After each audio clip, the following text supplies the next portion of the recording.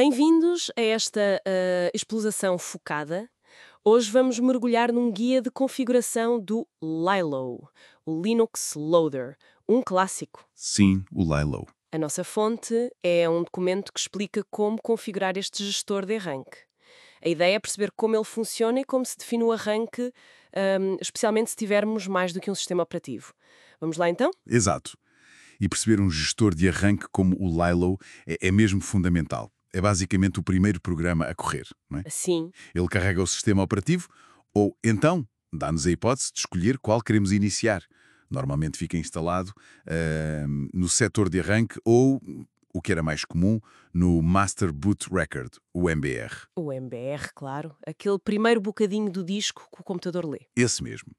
E o Lilo foi, olha, durante muitos anos a escolha padrão para arrancar GNU Linux. Então, o coração disto tudo era um fecheiro, o etc liluconf, que eu percebi tem duas partes principais, certo? Uma geral, com opções globais, Uhum. e depois secções para cada imagem, quer ser para cada sistema operativo. Exatamente. Imagens ou outros sistemas operativos. Ok, e se tivéssemos só GNU Linux, como seria um liluconf?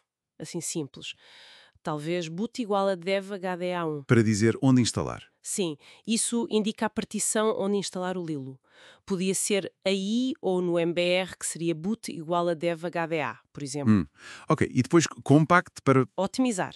Acelerar o arranque. Sim, tentava tornar o processo mais rápido, juntando pedidos de leitura de setores. E o delay igual a 20. Ah, isso são 2 segundos, não é? 20 décimos de segundo. Precisamente. 2 segundos.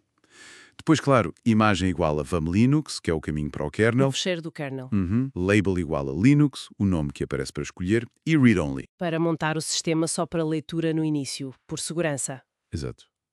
E o passo mais importante, depois de mexer neste fecheiro, era preciso ir à linha de comandos e executar Lilo Sempre.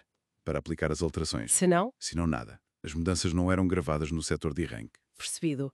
E na secção geral, que outras opções é que havia para, pronto, personalizar mais um bocadinho? Havia algumas bem úteis. Por exemplo, a opção Prompt. Ah, essa fazia aparecer logo o boot para Era. escrevermos, certo? Em vez de esperar. Exato. Não esperava pelo delay. Útil para quem queria sempre escolher manualmente. E outra crucial na altura era a Alba 32, Ah, pois é. para os discos maiores. Aquela história dos 1024 cilindros. Essa mesma.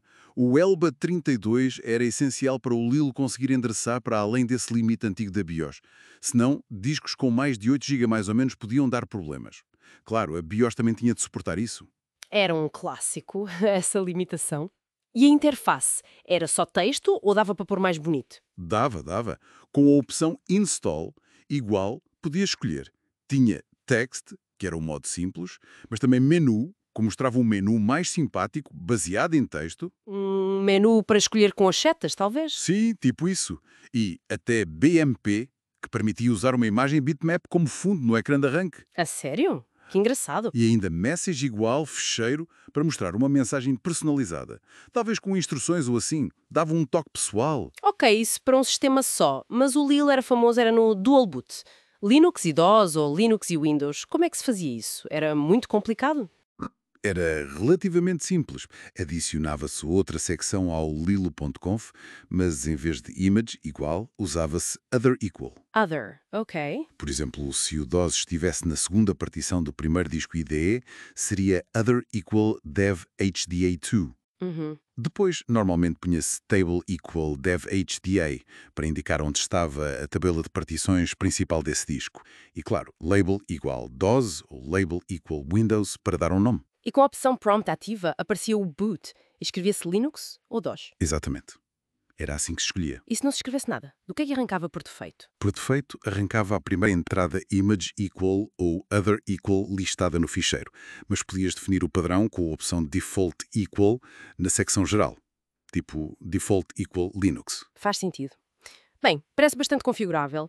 Havia, assim, armadilhas comuns, coisas com que ter cuidado. Sim, algumas. A principal, que já falámos, era mesmo essa. Qualquer alteração ao lilo.conf. Obrigada a correr o comando de Lilo outra vez. Sempre. E o mesmo se o kernel fosse atualizado. Porque o fecheiro vmnz mudava. Esquecer isto era receita para o sistema não arrancar. Ou usar a configuração antiga. Pois, imagina a frustração. Outro clássico era instalar ou instalar o Windows, ou o DOS. Esses sistemas tinham o péssimo hábito de sobrescrever o MBR sem cerimónia. E lá ele e lá a vida. Exato. E ficavas sem conseguir arrancar o Linux. Nesses casos, ter um disco de arranque do Linux à mão era o ouro, para conseguir entrar no sistema e correr o Lilo para o reinstalar no MBR. Era preciso estar preparado. Sem dúvida. E para segurança, também se podia usar password igual, senha, dentro de uma secção de imagem, para proteger o arranque desse sistema específico. Ok. Então, recapitulando. O Lilo, com o seu fecheiro etclilo-config, dava um controlo bem fino sobre o arranque. Escolher sistemas, tempos de espera, interfaces, mensagens, até passwords. Aham. E o comando do Lilo era a ferramenta para tornar tudo isso efetivo. No fundo, ilustra bem aquela filosofia do GNU Linux de controle explícito, de configurar as coisas em detalhe. Precisamente. E se pensarmos nisto de uma forma mais abrangente, perceber ferramentas como o Lilo ensina muito sobre como os computadores, na sua essência, iniciam os sistemas operativos. Mesmo que hoje tenhamos coisas como o FI, mais gráficas, mais complexas. Sim, o FI é bem diferente. Mas os princípios base, carregar um kernel de um disco, passar-lhe parantos, de certa forma, continuam lá. E isto levanta uma questão interessante, não é? Para pensarmos. Que é? Até que ponto é que esta simplicidade e esta configuração direta, quase manual, que tínhamos no Lilo, como é que ela contrasta ou se perdeu nas abordagens mais abstratas e por vezes mais opacas dos sistemas de arranque modernos com o UEFI? Será que ganhamos conveniência à custa de algum controle ou compreensão? Fica a reflexão.